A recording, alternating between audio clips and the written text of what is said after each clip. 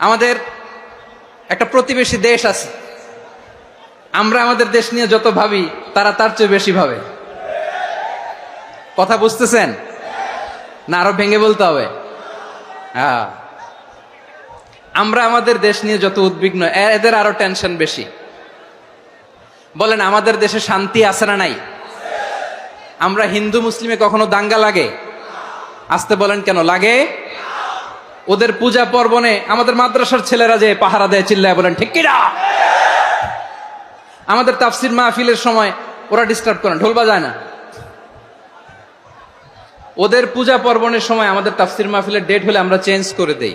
সুবহানাল্লাহ, কি সাম্প্রদায়িক সম্প্রীতির রোল মডেল। আর ওই বাংলাদেশের ব্যাপারে তারা অনেক ডিসইনফরমেশন ছড়াচ্ছিল।